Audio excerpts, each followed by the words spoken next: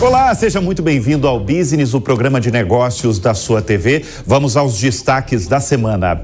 A Meta alcança 50 milhões de usuários em 24 horas com a nova rede social que mira bater o Twitter de Elon Musk. Depois dos 3 trilhões, investidores cravam a data para a Apple bater mais um recorde e atingir os 4 trilhões de dólares em valor. Contraste no setor automotivo. Enquanto a Renault dispensa funcionários no Brasil, a Volkswagen anuncia 5 bilhões de reais no país. Whisky com refrigerante na lata? Saiba detalhes da novidade que a Coca-Cola vai lançar no Brasil. E conheça o maior navio de cruzeiros do mundo que já está em fase de testes no mar. Eu sou o Bruno Meyer e o Business está no ar. E a gente começa o programa dessa semana falando de um recorde que foi quebrado no mundo empresarial. Inclusive, eu vou já iniciar o programa com uma arte aí, para mostrar quanto vale a Apple, não é o Twitter não, a Apple. E eu fiz questão de colocar a quantidade de zeros que tem aqui. A Apple, a dona do iPhone, vale hoje 3 trilhões de dólares. É isso mesmo que vocês estão vendo. Pode contar a quantidade de zeros, são 12 zeros, para mostrar realmente que a Apple hoje vale 3 trilhões de dólares em valor de mercado. Para se ter uma ideia do que isso significa, ela ficou maior que o Google, representado pela Alphabet, e a Amazon juntas. Para se ter ideia, o Google hoje vale, esse número varia por conta do setor financeiro, né? O Google vale 1 trilhão e 530 bilhões de dólares e a Amazon vale 1 trilhão 330 bilhões de dólares. Além disso, ela está, a Apple, meio trilhão de dólares à frente da rival mais próxima, a Microsoft, de Bill Gates. É um valor astronômico, né? E por que vale tanto? Bem, na semana passada, tudo isso aconteceu porque as ações atingiram uma cotação recorde na bolsa de Nasdaq. Bem, isso é, sem dúvida, uma consagração do CEO Tim Cook. Afinal, foi na gestão dele que a empresa cofundada por Steve Jobs atingiu aí um valor tão impressionante como o valor de mercado mesmo no mundo, valendo bem mais, inclusive, que o produto interno bruto de um país como o Brasil, que tem aí mais de 200 milhões de habitantes. Qual que é a causa desse valor astronômico aqui? Pode ficar olhando aí as quantidades de zeros da Apple. Uma analista do Credit Suisse, do banco, disse que os investidores estão bem otimistas com a empresa, especialmente com os lucros apresentados nos últimos anos, especialmente por conta das vendas de iPhones e também pela força na área de serviços. E já tem investidor indo bem mais longe e com uma expectativa de que até 2025 a empresa deve continuar como a maior do planeta e com mais um marco histórico, passando a valer 4 trilhões de dólares. Eu não consigo nem imaginar esse valor, eu estou falando um monte de trilhão aqui, mas a empresa tem muito investidor poderoso dizendo que a empresa vai chegar a 4 trilhões daqui a alguns anos. Essa aposta é feita quando se analisa que a participação do iPhone está em alta, em especial na Índia e também em países emergentes, aí o produto mais vendido da Apple. A empresa mais valiosa do mundo, a gente gosta de histórias aqui no programa, né? Histórias de empreendedores, inclusive. A empresa mais valiosa do mundo, a Apple, nasceu na garagem de Steve Jobs, na Califórnia, em 1976, quando ele e outros 2 amigos tinham o objetivo de tornar o computador num produto simples, barato e bem menor do que aquele produto grande que era na década de 1970. E principalmente um produto para todo mundo ter em casa e também no trabalho. E agora uma curiosidade, esse recorde dos 3 trilhões de dólares aconteceu um dia depois de o iPhone completar 16 anos de existência. E vou repetir, o iPhone é a verdadeira mina de ouro da empresa. Vamos girar o assunto aqui no Business, vamos falar de Tesla, porque as ações da Tesla subiram forte essa semana na Bolsa de Nasdaq nos Estados Unidos, e essa animação dos investidores se deve à divulgação da entrega recorde de veículos elétricos, claro, porque quando a gente fala de Tesla, são os veículos elétricos, no segundo trimestre, superando as estimativas de todo o mercado financeiro dos Estados Unidos. A Tesla entregou 466 mil veículos em apenas 3 meses. No início do ano, qual que foi o segredo? Aí tem um segredo por trás. No início de 2023, a empresa reduziu os valores dos carros em 20%, isso não só nos Estados Unidos, no mundo todo, depois de não cumprir as estimativas de Wall Street no ano passado. Tiveram vários motivos aí, né? Muito fechamento na China, onde está boa parte da operação da Tesla, mas ela não cumpriu no ano passado o valor aí de entregas de carros. Essa tática agora do Elon Musk desse ano para vender mais carros foi baixar o valor dos veículos e tem mostrado, olha só, que tem surtido efeito. Deixa eu fazer uma pergunta para você. Você gosta de uísque com Coca-Cola? Então presta atenção nessa notícia que envolve a Coca-Cola, aí, o refrigerante mais famoso do mundo, sem dúvida. E a empresa já fez de tudo um pouco, investiu em versões light, em versões zero aqui no Brasil, é um grande sucesso, em sucos, em chás, e agora vai trazer ao Brasil a primeira bebida alcoólica que leva o nome da marca, isso numa parceria com o famoso whisky Jack Daniels. Vai se chamar, já tem nome aí, Jack and Coke. Vai ter um teor alcoólico de 5%. Foi lançado, essa bebida na verdade já foi lançada, latinha, no ano passado no México, e é uma reprodução da mistura do refrigerante com uísque servida em muitos países brasileiros. A lata vai ser toda preta, com a marca Coca-Cola na embalagem, ao lado da logomarca do tradicional uísque. O preço sugerido de venda é de R$ 12,90 em supermercados, lojas de conveniência e internet. A novidade da empresa tem um foco muito claro, que é ganhar espaço no segmento de bebidas alcoólicas no Brasil e principalmente na categoria de drinks prontos para beber. Inclusive, em abril desse ano, a empresa lançou uma bebida com receita japonesa feita com limões inteiros triturados que passam por uma infusão com álcool e tem um toque de água com gás. E tem novo aplicativo na área. Você já ouviu falar no Threads? É muito provável que é a maior novidade em anos no mercado de redes sociais, desde que surgiu o TikTok em 2016. Essa semana, a Meta, a dona do Facebook e Instagram, ambos focados em fotos e vídeos, anunciou o lançamento do Threads, a primeira rede social de textos da empresa. Textos, aliás, nem tão curtos assim como é o Twitter, de até 500 caracteres. Dá ainda para postar fotos e vídeos de até 5 minutos. Para quem já teve a oportunidade, é uma cópia, gente, descarada do Twitter de Elon Musk. E agora a briga entre dois dos homens mais ricos do mundo promete esquentar ainda mais. Quem vai me ajudar a falar mais disso é o meu convidado Gustavo Bodra, que é o CTO, responsável de tecnologia da plataforma Startse. Gustavo, seja bem-vindo ao Business. Gustavo, é o seguinte, o Threads ganhou 10 milhões de usuários em 7 horas, um recorde nas redes sociais, e em 24 horas bateu 50 milhões de usuários. Com esses números que eu acabei de passar para o nosso espectador, fica uma pergunta: o Threads pode matar o Twitter?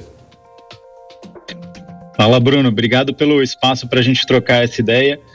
Eu acho que falar se ele pode matar ainda talvez seja um pouco precipitado, mas com certeza ele vai trazer um desafio grande ali para o Elon Musk, que já vem sofrendo um pouquinho com todas as mudanças que ele está fazendo no Twitter.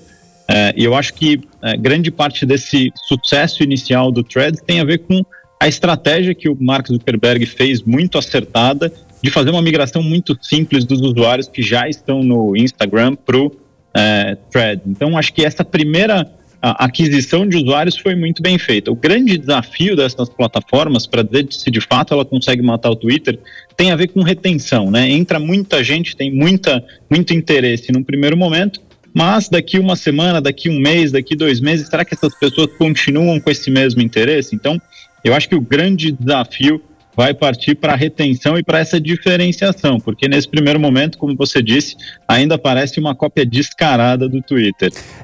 Então, na verdade, você está falando que pode ser uma modinha, né? Porque isso acontece muito nesse ambiente de redes sociais, né?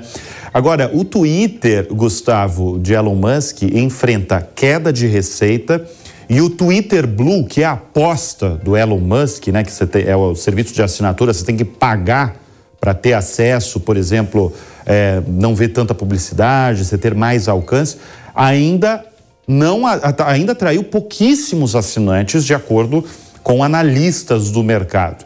Qual que é o futuro dessas redes sociais baseadas em textos?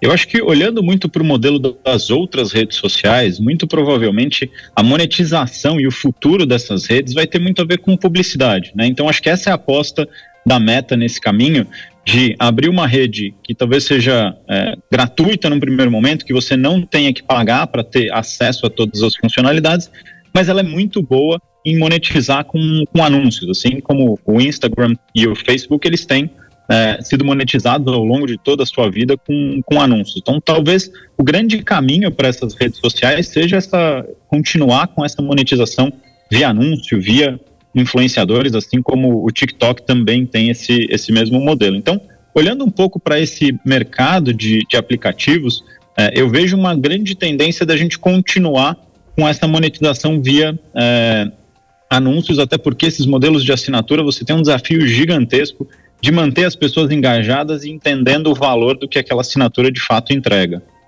Agora, deixa eu contar uma coisa de bastidor aí, Gustavo. A briga entre Mark Zuckerberg e Elon Musk, pelo visto, vai ser pesada, né? Porque, deixa eu até informar o nosso espectador, o Twitter enviou, no fim da última semana, uma notificação extrajudicial, quase uma ameaça ali, de que a Meta copiou o Twitter descaradamente, que pode processar a empresa. Pode vir aí uma guerra grande entre esses dois, né? O Elon Musk, ele tem essa postura muito agressiva em alguns momentos de ir para cima e de fato desafiar. Eu acho que isso tende a entrar num meandro jurídico ali que talvez não dê nenhum resultado grande conclusivo de fato de cópia, porque se você for olhar o mercado de tecnologia, essas cópias e essas evoluções, elas são muito comuns, né? O próprio Instagram copiou algumas funções do Snapchat e isso acabou não dando muito resultado do ponto de vista jurídico. Mas acho que o grande ponto do Elon Musk com essa ofensiva é de fato colocar mais lenha na fogueira e ele voltar para os trending topics ali e não ficar só com a posição de quem está sendo ameaçado e de fato alguém que está indo para a briga. Gustavo, você citou aí o Snapchat, né? Aquela cópia também descarada do Mark Zuckerberg de copiar o Snapchat, criar os stories. Isso é comum do setor de tecnologia? O Mark Zuckerberg, eu não vou nem falar, né? Porque ele copia mesmo vários lançamentos da trajetória dele, são cópias de outras redes sociais, tirando o Facebook, claro, que é o golaço onde tudo iniciou a história, onde iniciou a história dele, né? Mas isso é comum no setor de tecnologia? Isso é bastante comum, Bruno, até porque se você for olhar o Google lá atrás, quando o Orkut ainda existia, ele foi lá e criou a sua rede social, que era o Google+, que era exatamente uma cópia também descarada do Orkut, que não emplacou, que não funcionou, e aí o Google no futuro acabou comprando o Orkut. Então, essa história de cópias e versões alternativas, vamos chamar assim, ela é bastante comum nesse mercado de tecnologia. Então, não é só uma ação do Mark. Agora, você, Gustavo, eu sei que você aí acompanha bem aí os bastidores de tecnologia. Você tem os bastidores aí do surgimento desse novo aplicativo, especialmente porque o Zuckerberg, que, repito, fez a vida e a fortuna dele, ele é um dos homens mais ricos do mundo, né? Fez a fortuna com redes sociais de imagens, resolveu agora criar uma rede social de textos. Bom, eu vou tentar contar um pouquinho do que eu enxergo de sinais que me indicam por que ele tomou essa decisão. Acho que um dos grandes pontos desses empresários, como o Mark, como o Elon Musk, é pegar timing de mercado e olhar alguns números que talvez não estejam às claras para todo mundo. Mas esse mercado de rede social de texto, ele é um mercado extremamente relevante. Se você for olhar para outras plataformas, por exemplo, como o Reddit, que é uma plataforma famosa de texto, de uma rede social de texto muito mais para quem é de tecnologia, é uma plataforma que tem mais ou menos 430 milhões de usuários. Então, acho que, olhando para os bastidores, o Mark ele deve ter identificado duas grandes oportunidades. Uma oportunidade que essas redes sociais de texto, elas já são relevantes e elas têm um nicho específico. A gente está falando de 430 milhões de usuários. Não é pouca gente. Mas também eu acho que ele foi muito oportunista de aproveitar o lançamento neste momento que o Twitter está enfraquecido. Tem muita gente questionando qual é o futuro do Twitter, como que a gestão Elon Musk vai, de fato, direcionar a companhia, e eu acho que ele quis tentar entrar nesse mercado olhando para essas duas vertentes. Como é que eu entro num mercado que ainda é relevante, ainda tem bastante gente, e eu tento roubar espaço de um player que é relevante, mas está enfraquecido. Então, olhando para os bastidores e do porquê dessa decisão, eu acho que é uma aposta da Meta de diversificar um pouco os seus investimentos e as suas vertentes de negócio, apostando no mercado que é relevante e que tem um grande player que está enfraquecido. Gustavo, agora rapidinho, a gente antecipou inclusive essa notícia que viria uma grande rede social de textos da Meta meses atrás aqui no Business. E a gente falou que estava sendo gerida ali numa área de experimentação da Meta. E a gente fica muito curioso, né? Como é que funciona essa área de experimentação? Você sabe nos dizer como é que funciona essa área ali da dona do Facebook? Como é que se trabalha e surgem novos produtos? Eu acho que, assim, olhando para essa área especificamente da Meta, eles têm... Isso é padrão nas grandes companhias de tecnologia. Eles separam times e separam grupos de pessoas que vão olhar para o negócio daqui 4, 5, 10 anos. E criar uma série de produtos que às vezes não vão dar em nada e outros produtos que podem vir a mercado. Então, o que essas grandes empresas fazem? E a Meta faz isso muito bem feito. Ela cria um grande laboratório e ela dá um espaço para esses grupos de pessoas criarem uma série de ideias. E dessas ideias, algumas começam a criar um corpo maior e a partir daí eles entendem que faz sentido fazer um investimento. Foi um pouco disso com o metaverso, e depois a gente viu que não deu muita atração, mas essas grandes áreas, elas são exatamente como se fosse um laboratório de uma faculdade, onde você pode experimentar uma grande quantidade de ideias e as que tiverem mais tração, as que tiverem um fit de mercado que parece mais interessante, se tornam projetos e aí ganham um investimento maior. Quando vem o lançamento dessas redes sociais, eu só faço uma pergunta: será que a gente tem tanto tempo assim para passar nas redes sociais? Essa é uma pergunta boa, né, Gustavo? Sem dúvida alguma. Eu acho que hoje a gente já não tem mais tempo para as redes que existem. Exatamente. Por isso que eu acredito que, na verdade, a gente não vai adicionar mais uma. Talvez a gente comece a fazer algumas substituições. Algumas vão perder espaço. Algumas vão perder espaço e eu acho que é um pouco dessa aposta que o Mark Zuckerberg tem. Por isso que eu falei que parte da estratégia pode estar atrelada ao enfraquecimento do Twitter. Então, ele entrando muito forte com essa estratégia de aquisição que literalmente é você apertar um botão e você sai do Instagram e vai para o Threads e você já tem uma conta, já tem os seus seguidores, tem a ver com roubar um pouco desse espaço. Eu acho que a gente realmente já não tem mais tempo no nosso dia para ter tanta rede social e se manter atualizado e se manter postando em todas elas. Muito bem, Gustavo Bodra, meu agradecimento pela participação aqui no Business. E atenção, Spotify tem concorrente na área, hein? A ByteDance, que é a dona do TikTok, anunciou o lançamento do seu próprio serviço de música, que é o TikTok Music. Vai estar disponível apenas, olha só, no Brasil e na Indonésia, isso por enquanto. O aplicativo vai ser pago e sem anúncios. A assinatura vai custar R$ 16,90 na versão individual e também R$ 26,90 no plano família. Estudantes vão pagar a metade. Para quem quer o plano anual, vai sair por quase R$ 160. E o anúncio do novo aplicativo vem meses antes da aposentadoria do serviço de streaming anterior da ByteDance, que é o Resso, que sairá de circulação em setembro. E vamos para o setor automotivo, que está bem agitado, mais uma baixa importante aí no setor inteiro, porque a Renault vai suspender o contrato temporariamente de funcionários na fábrica da montadora em São José dos Pinhais, região metropolitana de Curitiba, no Paraná. 1.000 funcionários já estão sendo atingidos num processo que se iniciou na última semana na unidade de veículos de passeio que fabrica, por exemplo, o Duster, e não deve parar. A partir da próxima segunda-feira, as fábricas de motores e injeção de alumínio devem ter uma paralisação temporária de 2 a 3 meses inicialmente. É o chamado layoff, um modelo que suspende o contrato de trabalho de funcionários ou reduz a jornada de trabalhadores. A francesa Renault ressaltou que vai manter os benefícios atuais dos funcionários e pagar uma compensação adicional até o limite de 85% do salário líquido. Qual é o motivo da decisão? Bem, o motivo é a Renault, na verdade, justifica o que todas as montadoras têm falado quando elas iniciam paralisações ou suspensão de contratos de trabalho. A GM já fez isso, a Volkswagen também, que é ajustar a produção à demanda de mercado. Falta, afinal, dinheiro para as famílias brasileiras comprarem carro, isso num momento em que há um programa do governo federal que dá desconto a carros que custam até R$120 mil. O que o brasileiro, na verdade, tem se acostumado, no entanto, é ver pátios lotados de carros parados à espera de um dono. Agora, o setor ele vive num looping, né, de boas e más notícias. Isso não é de hoje, já vem de algum tempo.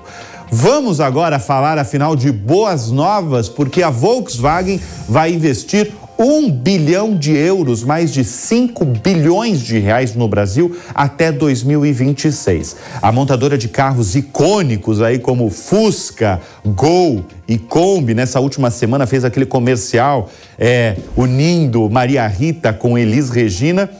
Vamos falar da Volkswagen, né? Eu não vou falar do comercial, quero falar desse investimento. Ela vai investir todo esse valor de 5 bilhões de reais, principalmente em veículos híbridos e elétricos. Segundo a empresa alemã, o objetivo é crescer 40% no país até 2027. Esses bilhões no Brasil, entrando no Brasil, serão direcionados no desenvolvimento local de motores a combustão baseados em etanol e na ampliação do negócio de assinaturas de veículos. Uma outra novidade que faz parte desse investimento: a Volkswagen quer lançar 2 modelos totalmente elétricos no Brasil ainda este ano. Parte aí de um plano de ter 15 veículos elétricos ou híbridos no país até 2025. Um deles é o esportivo ID.4, que já anda numa fase de testes no país há mais de um ano. A companhia projeta que o mercado da América do Sul vai crescer 11% a cada ano, isso até 2030. E agora uma curiosidade, porque eu sei que vocês gostam de curiosidades aí envolvendo o mundo dos negócios. Esse ano, a Volkswagen completou 70 anos de história no Brasil e o Brasil foi o primeiro país que recebeu uma fábrica da montadora fora da Alemanha. E seguindo aí na boa leva de boas notícias, a BYD tá chegando, a gente vai ouvir falar bastante dessa montadora. Ela vai investir 3 bilhões de reais no Brasil para construir a primeira fábrica de carros elétricos da montadora fora da Ásia. E tudo isso ocorre enquanto a empresa da China quer expandir esse alcance geográfico em meio a um aumento global nas vendas da montadora. A fabricante de veículos totalmente elétricos e híbridos, que rivaliza e tem uma guerra com a Tesla do Elon Musk, como maior produtora mundial de veículos elétricos, como a gente falou no início do programa, planeja construir um complexo de produção em Camaçari, na Bahia, segundo um comunicado divulgado pela empresa. E a instalação deve incluir a produção de carros híbridos e elétricos, uma unidade focada em chassis para ônibus e caminhões elétricos e uma para processamento de lítio e fosfato de ferro para o mercado internacional. Espera, com tudo isso, que as operações comecem no segundo semestre de 2024. Vamos para o setor de varejo, vamos falar desse grupo Casino, um grupo francês Por que a gente fala desse grupo? Porque tudo que mexe com o Casino mexe diretamente com o Brasil, porque eles são donos do grupo Pão de Açúcar. E a situação deles, dos franceses, não está nada boa, tanto que as ações do grupo varejista desabaram 33% em apenas um dia na Bolsa de Paris. E tudo porque depois que a empresa informou que a injeção de capital novo para salvar o grupo das dívidas bilionárias envolve o desaparecimento dos atuais acionistas. E tudo começou porque um bilionário tcheco colocou na mesa um aporte de 1 bilhão e 350 milhões de euros e agora lidera a Bolsa de Apostas para assumir o grupo. Isso enfraquece a proposta dos concorrentes, muitos inclusive da França, e faz com que a atual holding deixe de controlar o Casino, que é a 6ª maior varejista da França, o que preocupa inclusive o governo francês pela quantidade de empregos que a empresa, que a holding inteira gera. Uma das saídas aí para reduzir essa dívida poderosa mexe com o Brasil, porque o Casino quer vender a participação que tem no grupo Pão de Açúcar.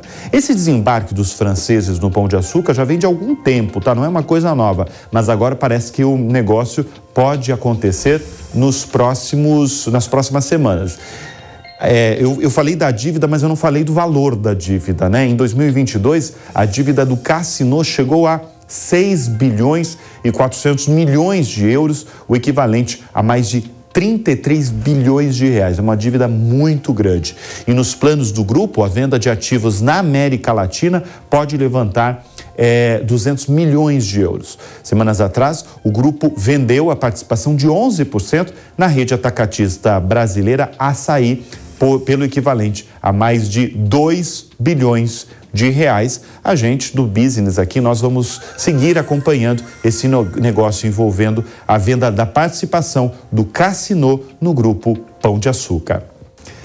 E aconteceu na última semana o 22º Fórum Empresarial do LIDE, no Rio de Janeiro, um mega encontro entre empresários brasileiros e políticos, organizado pelo ex-governador de São Paulo, João Dória. O Business esteve lá e a gente vai acompanhar um pouquinho agora os destaques do evento.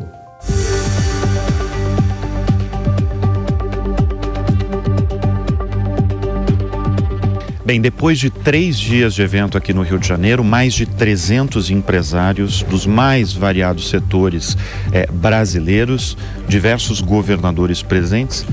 Qual é o balanço e principalmente qual que é a demanda desse empresariado brasileiro no Brasil de 2023?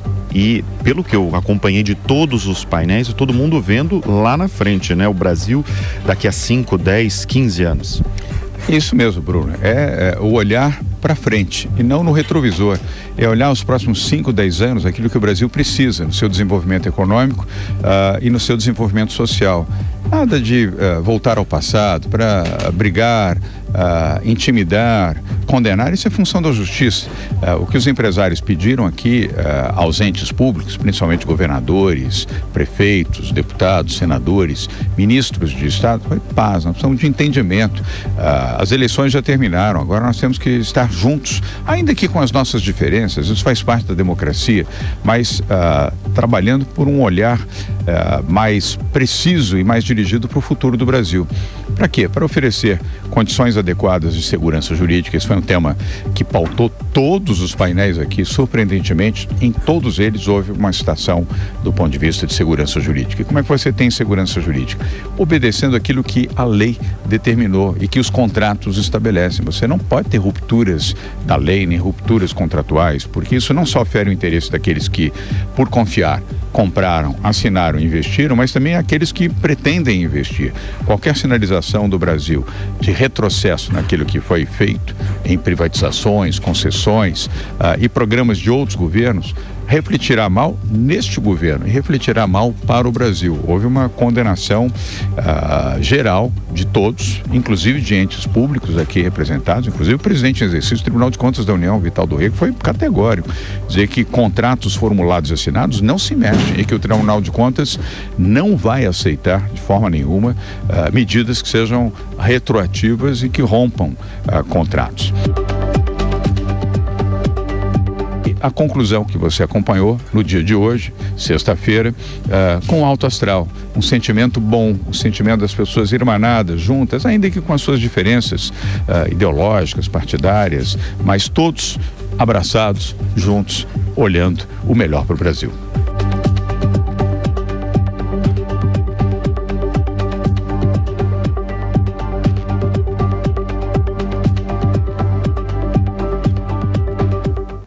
E o maior navio de cruzeiros do mundo fez o primeiro teste no mar. Se chama Icon of the Seas. É da empresa americana Royal Caribbean. Tem viagem prevista já para janeiro de 2024. A embarcação vai ter 6 toboáguas de tamanho recorde, 7 piscinas, 9 banheiras de hidromassagem, um simulador de surf e mais de 40 restaurantes, bares e áreas de entretenimento. Esse gigante das águas pesa mais de 250 mil toneladas e tem uma capacidade máxima de 7.600 passageiros e 2.350 tripulantes. O Icon of the Seas está sendo erguido no estaleiro Meyer Turku, na Finlândia. O navio terá 28 tipos de acomodações com opção de instalação com vistas para o mar. O segundo teste está previsto para o final deste ano. Hoje quem tem o título, mais uma curiosidade, quem tem o título de maior navio de cruzeiros do mundo é a embarcação Wonder of the Seas, da mesma empresa. E com essa imagem fabulosa do navio, do maior navio de cruzeiro, eu encerro a edição dessa semana do Business, sempre agradecendo a sua audiência, a sua confiança. E fica o convite para você nos acompanhar na semana que vem com as principais notícias de negócios do Brasil e do mundo. Até lá. Tchau, tchau.